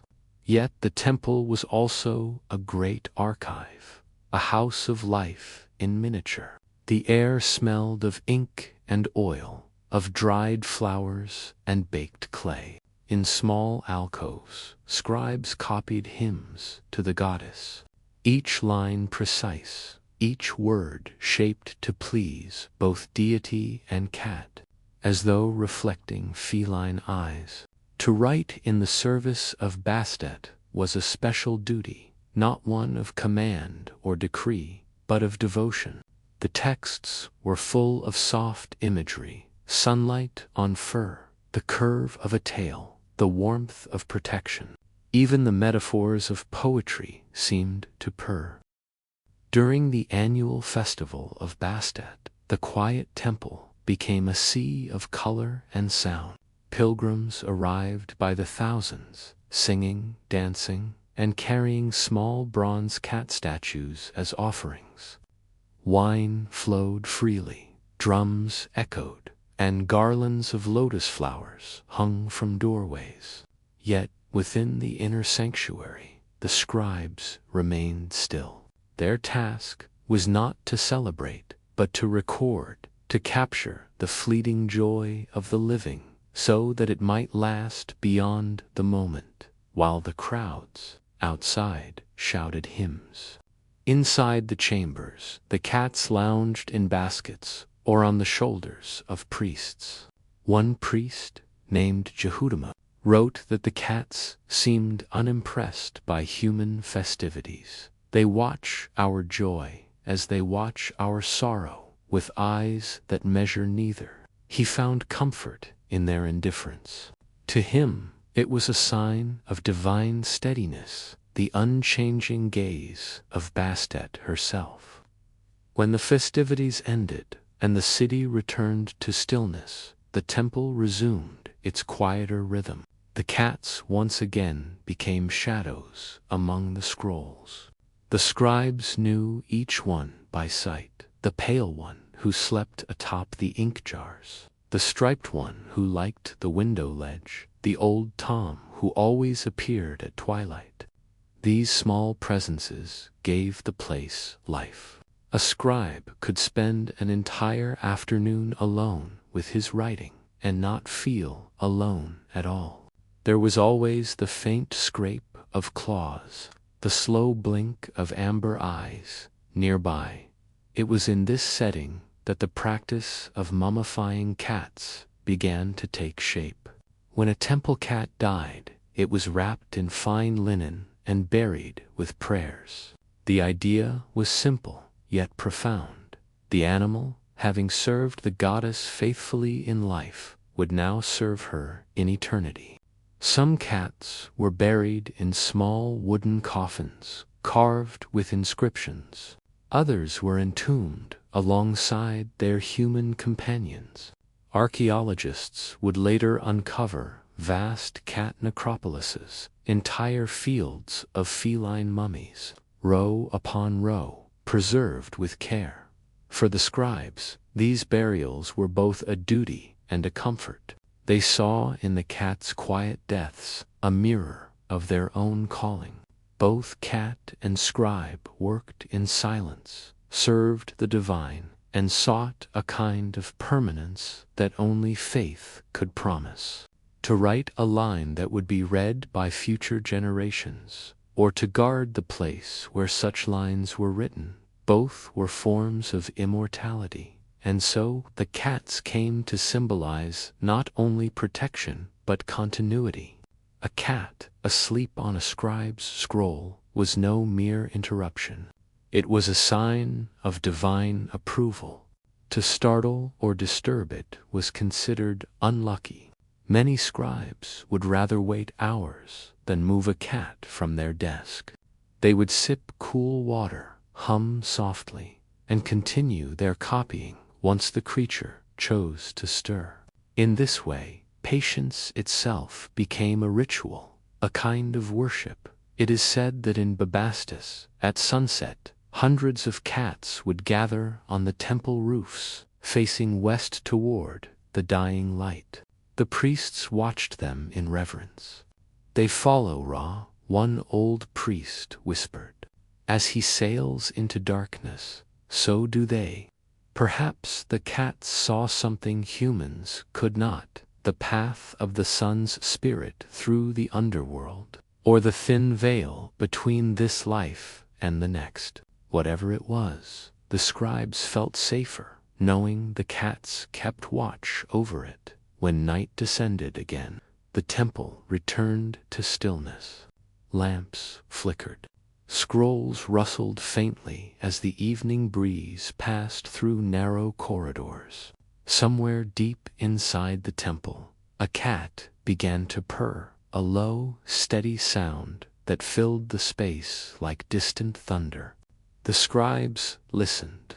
The sound seemed to blend with the heartbeat of the place itself, and in that moment, it was easy to believe that the world's quiet order, the rise of the sun, the flow of the Nile, the turning of the seasons, all depended on such simple rhythms.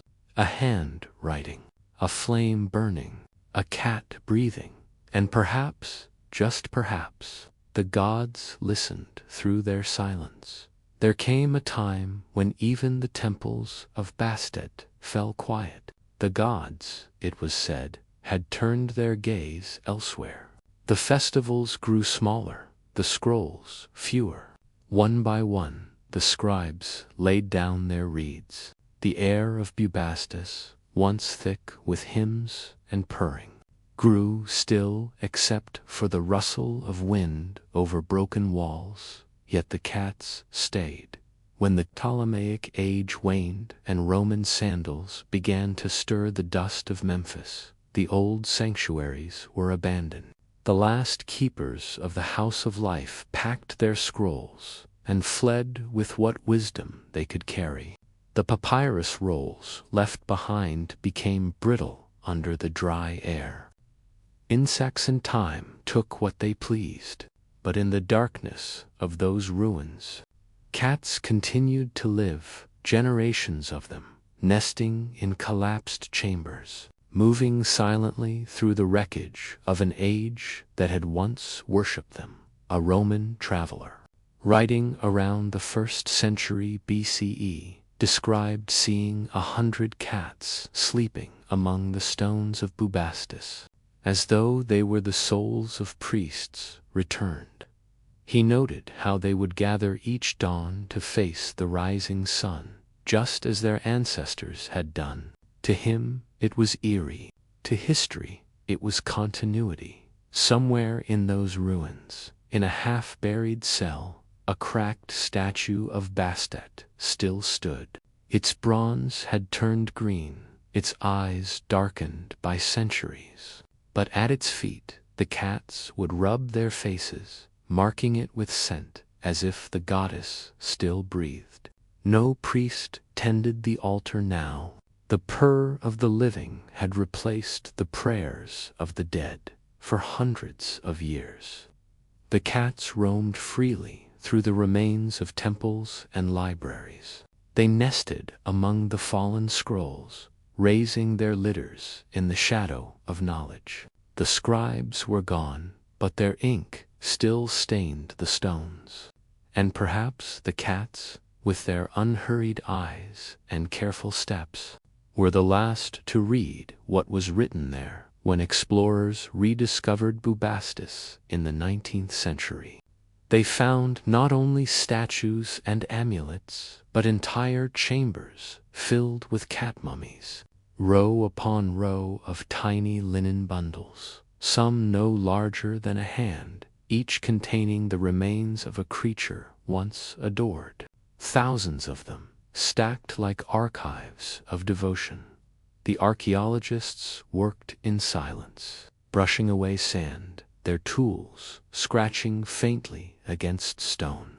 Every so often, a gust of desert wind would pass through, and for an instant, the dust would stir, as if 100 invisible tails swished through the air. one of the archaeologists. A quiet man named Emile kept a journal. In it, he wrote that during his work, he often felt watched. "There are eyes in this place," he noted. "The living or the dead, I cannot say." On the last evening of his excavation, as the sun slipped low and the desert turned gold, a single stray cat appeared atop a pile of rubble. It sat perfectly still, its gaze fixed on him. Emile stopped his work. The animal did not move, did not blink. It simply watched, and in that unbroken stare, he felt something ancient, not menace, but memory, he later wrote. It was as though time itself had taken form and was waiting for me to leave. When the work was done, the cat vanished. The site was closed, the findings packed into crates bound for museums. Among them were the small wooden coffins of mummified cats, offerings, symbols, relics of a forgotten faith.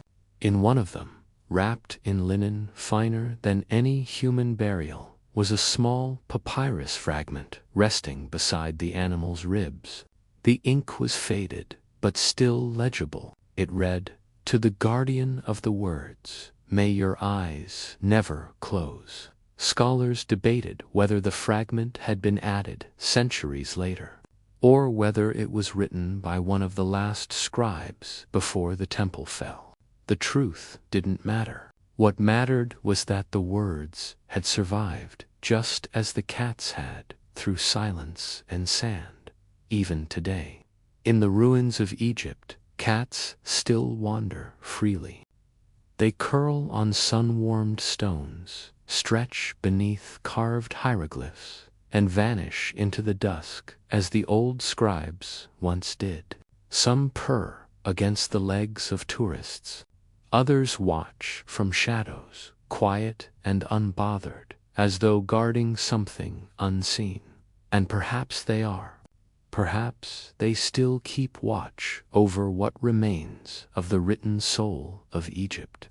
The memory of those who spent their lives tracing ink across papyrus, while the cats, patient and eternal, watched them do it. When the last lamp went out in the house of life, the cats did not mourn. They stayed, as they always had, keeping silent vigil over the place where words once breathed. And if one listens carefully, in the hush between the desert winds, one might almost hear it still, that faint, endless rhythm of life continuing in the dark, a soft paw against stone, a purr beneath the stars, a whisper that says, quietly, nothing written is ever truly gone. In the cool shadow of dawn, before the first rays of sunlight touched the columns of Thebes, a small group of boys gathered outside the house of instruction. Their sandals scuffed the earth, their tablets pressed against narrow chests. They were apprentices, the children of artisans, officials, and priests. None of them spoke. In that silence, broken only by the distant sound of ibis birds, they waited for their teacher. The air smelled faintly of oil and dust. From inside, a thin voice called them in. "Enter," it said, and they filed into the dim hall where hundreds before them had begun the same lifelong discipline. The room was bare except for reed mats, clay tablets, and a long bench at the front where a man sat cross-legged. His name was Nebemaket, though the students whispered it with a kind of fear. He was not cruel, but he carried the weight of tradition like armor. His fingers were permanently stained with black ink. His eyes were narrow from years of squinting at papyrus. "Today," he said softly, "we begin again." The apprentices unrolled their practice scrolls, brittle pieces of reused papyrus covered in faint half-wrist lines. Each had been written and washed dozens of times before. The smell of ink filled the air, a mixture of soot, gum, and water, faint but sharp, like something that had soaked through time itself. Nebemakit rose. From a jar beside him, he drew a single reed pen. "This," he said, holding it up to the weak light filtering through the high window, "is the path between life and silence. What you write will last longer than your name. What you spoil will shame the gods." He looked at them one by one, until each boy dropped his gaze. Then he smiled faintly. "And that," he added, "is why you must learn to fail quietly." Each morning began the same way, copying. They would trace lines from the instructions of Keti, an ancient text said to have been written by a vizier thousands of years earlier. Its words were both lesson and test, teaching humility as much as literacy. The apprentices recited as they wrote, "Be a scribe, for it is greater than all other professions." The farmer toils under the sun. The builder breaks his back, but the scribe commands with his pen. Their voices droned in uneven rhythm, the scratching of reeds like a swarm of insects. Nebemakit walked among them, silent, correcting grip, posture, and breathing. Each stroke mattered. Each mistake was erased with a damp sponge and done again. There was no praise, only repetition. One boy, Hori, the youngest of the group, often trembled as he worked. His lines curved when they should have been straight, his symbols uneven. By midday his hands would ache, but he dared not rest. Nebemakit's footsteps were soundless, yet Hori always felt them behind him, a presence of expectation. At sunset, when their ink pots were empty, the boys carried their scrolls to the drying shelf. The papyrus sheets rustled softly, like wings folding for sleep. Then they swept the floor, washed their hands in a basin, and left one by one, their faces marked with the fatigue of silent labor. Hori lingered, staring at his work. The columns of hieratic signs leaned clumsily, some blotched with excess ink. He tried to steady his breathing, but the shame of imperfection burned inside him. "Do not look so sternly at yourself," said Nebemakit, his voice from behind. Hori froze. "You think I began as a master? I ruined more papyrus than you will ever write upon." He sat beside the boy, unrolling a separate scroll, thin, cracked, but carefully preserved. "This," he said, "was copied by my teacher's teacher. It is from the same text, the instructions of Keti." The papyrus was yellowed with age. The symbols were neat but human, small wavers, faint corrections, a line that faltered and began again. Hori looked up. He made mistakes. Nebemakit smiled faintly. "We all do. The gods write in stars. Men only try." He let the boy trace the faded ink with a fingertip. "Perfection is not the goal," he whispered. "Endurance is outside." The temple bells began to sound low, hollow echoes rolling across the river. The other apprentices were gone. The classroom was now a pool of dusk. Nebemakit stood, placing the old scroll back into a wooden chest. "Now go. Tomorrow you begin again." Hori hesitated, then bowed and left. Behind him, the scribe extinguished the last lamp. In the darkness, the faint scent of ink remained sharp, eternal, unending, and somewhere inside that chest, beneath layers of copied wisdom, the old scroll of Keti waited, faded, fragile, but alive. The words upon it had passed through hundreds of hands, and though none of those hands remained, the ink still whispered, "Be patient, for nothing written with care is ever lost. Years passed, though the sun and sand made it hard to tell how many.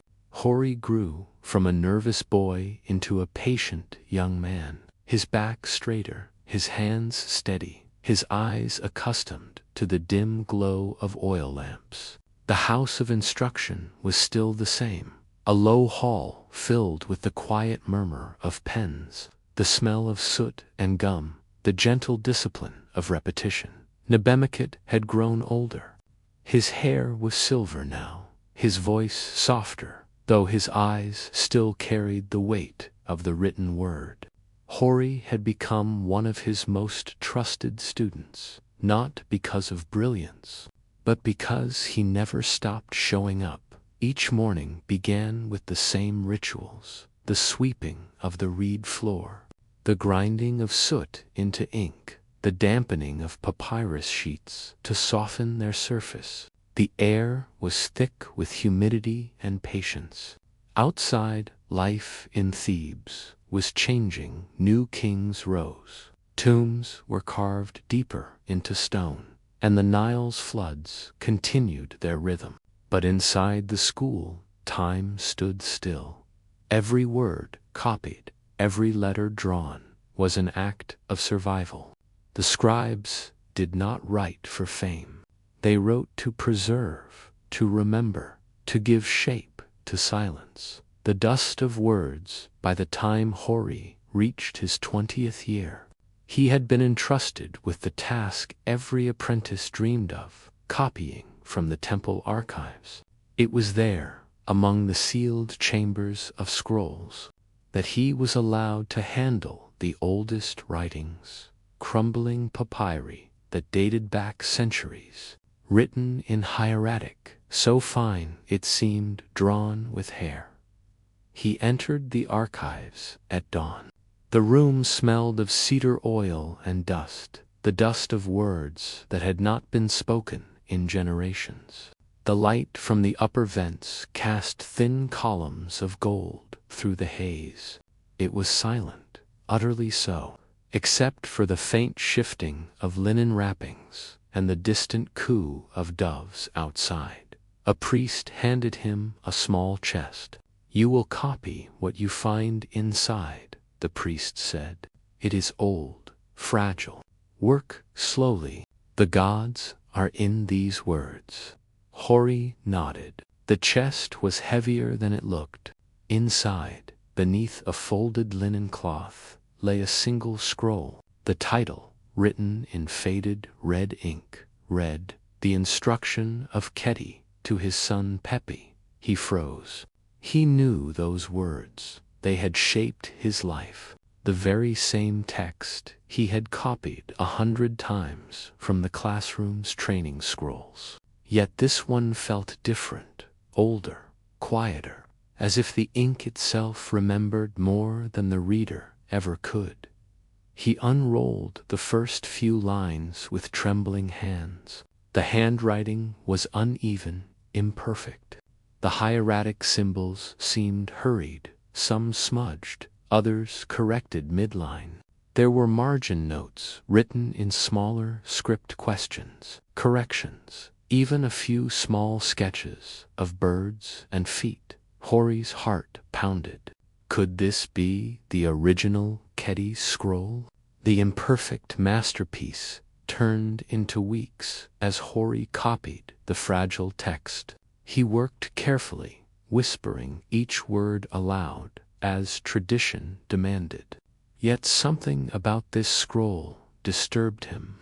The errors, the crossings out, the uneven flow did not match the perfect, balanced lines of the official version he had learned. He began to see a pattern.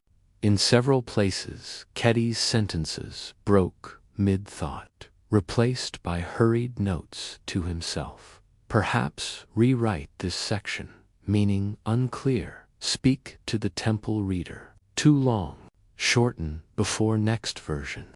It was not the speech of a perfect sage. It was the voice of a working man, distracted, uncertain, revising as he went.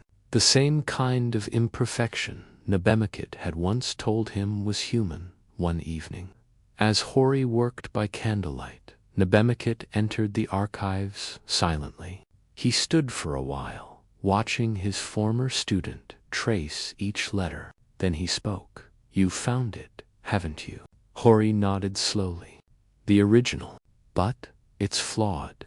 It isn't as we learned it." The old scribe smiled faintly. "You think wisdom comes flawless, Hori, that words fall from the gods, complete?"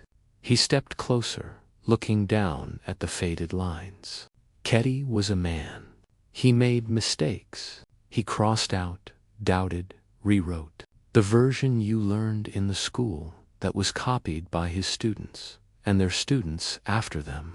Each tried to fix him, to polish the dust away.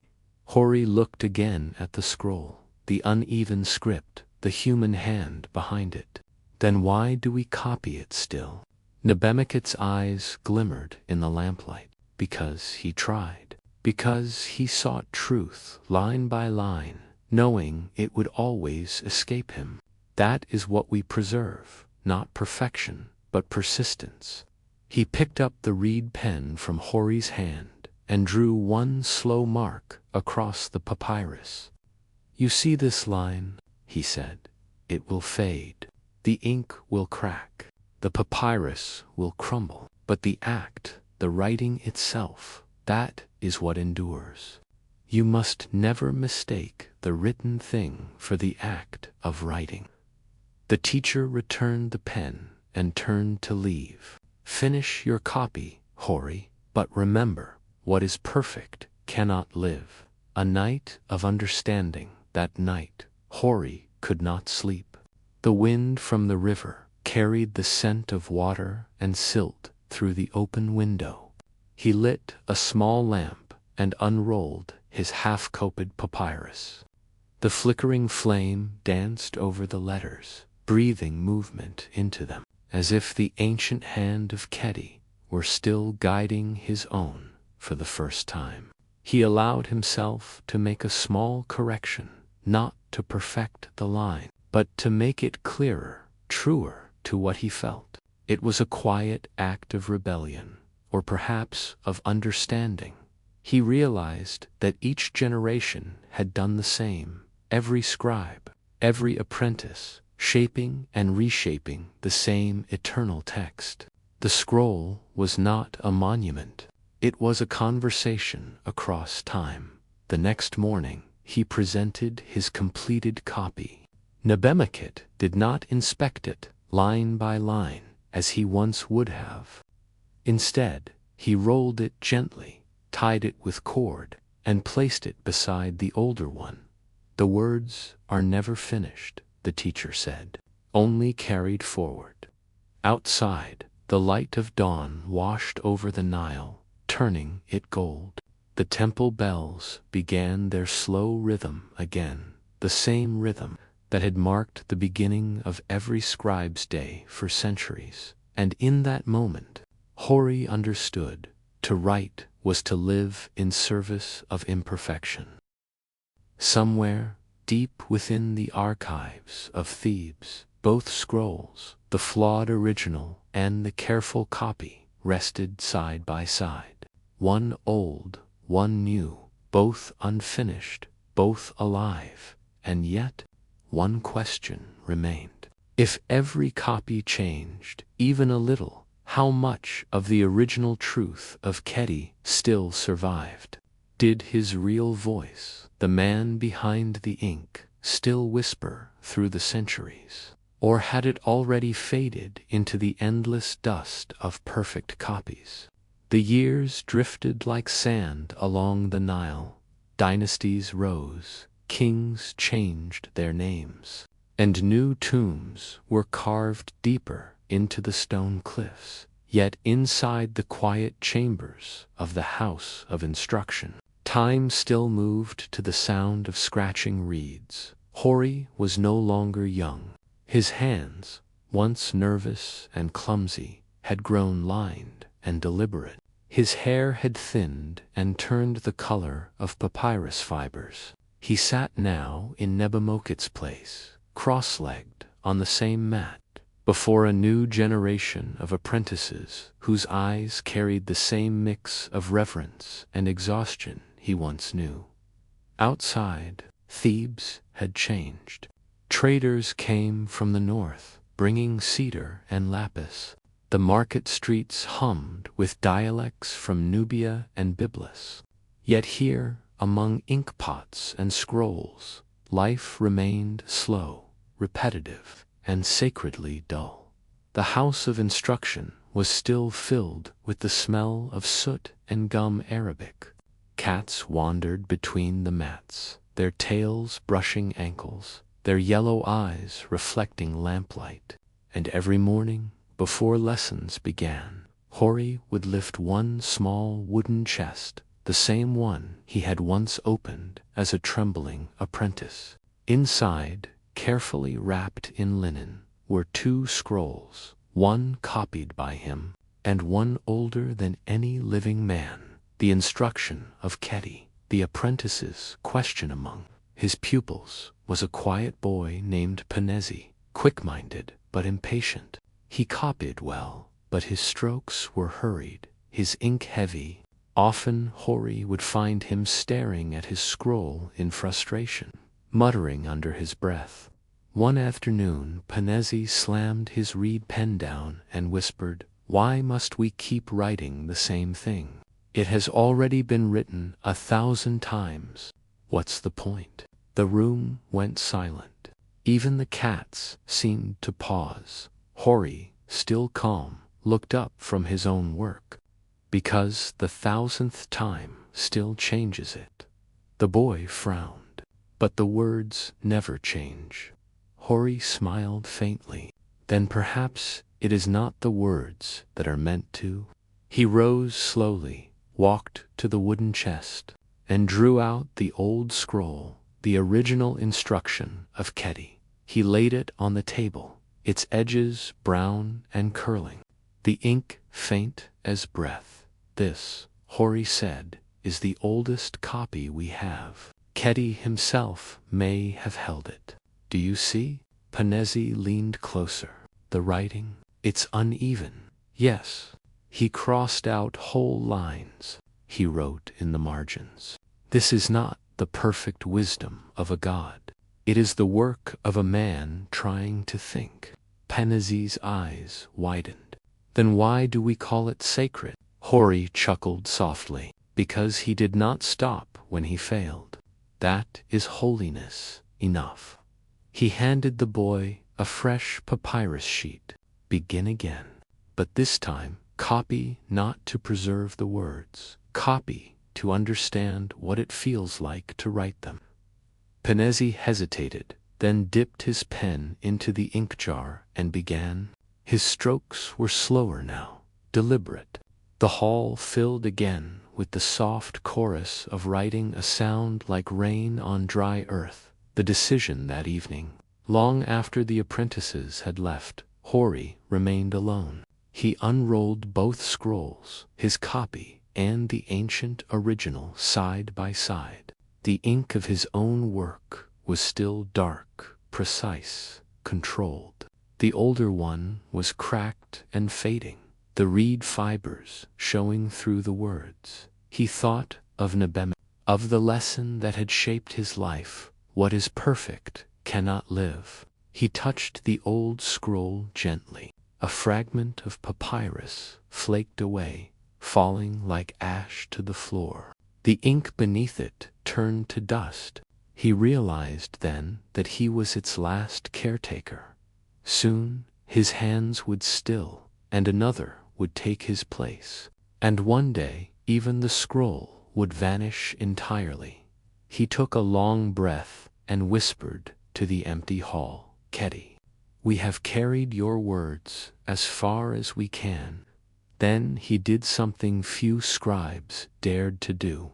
He unrolled his own copy, dipped his reed pen, and added a final line at the bottom of the text, written again by the hand of Hori, son of the house of instruction, in the reign of a forgotten king, so that the living may remember the patience of those who wrote before them. He blew gently on the ink to dry it. Then he placed both scrolls together and wrapped them in fresh linen. Instead of sealing them in the archive, he walked outside into the night. The moon hung over the Nile, wide and pale. The air was warm, humming with insects. He made his way to the riverbank, where papyrus reeds swayed softly in the wind. There he set the chest upon the ground, opened it once more, and let the old scroll rest against the earth. A cat followed him silently, curling round his feet. Hori smiled. "You keep watch now," he said quietly. He closed the chest, sealed it with a simple knot, and left it beneath the reeds, not hidden, but returned. Returned to the very river that had given the papyrus life. The unfinished lindays passed. Then seasons. The house of instruction continued without him. New scribes copied new texts. Kings built new tombs. The Nile rose and fell, and the reeds grew thick where the old man had once stood. Years later, a flood carried away the chest. The papyrus inside dissolved into the water, its ink bleeding back into the current. Some might say the scroll was lost forever, but perhaps not. Perhaps a part of it, a few stray fibers, a trace of ink, sank into the mud and fed the next generation of reeds. Perhaps when those reeds were harvested to make new papyrus, a single line of Keti's words lived again, invisible but present, like a memory whispering beneath fresh ink, because that was the true lesson the one Nabemiket had tried to teach. And Keti, before him, nothing written with care is ever truly lost. It only changes hands, and somewhere, in another quiet room, under another flickering lamp, a new apprentice begins to write. The reed scratches softly against the papyrus. The same old words, the same slow patience. The cycle continues, an unbroken line, always unfinished, forever alive. Reflection. The story of Hori and the lost scroll of Keti is not about words that lasted, but about effort that never stopped. It is about the small, repetitive tasks that keep civilization breathing, the silent hands that copy, preserve, and pass on meaning long after the world forgets their names. Writing, for the ancient scribes of Egypt, was never an act of creation. It was an act of devotion.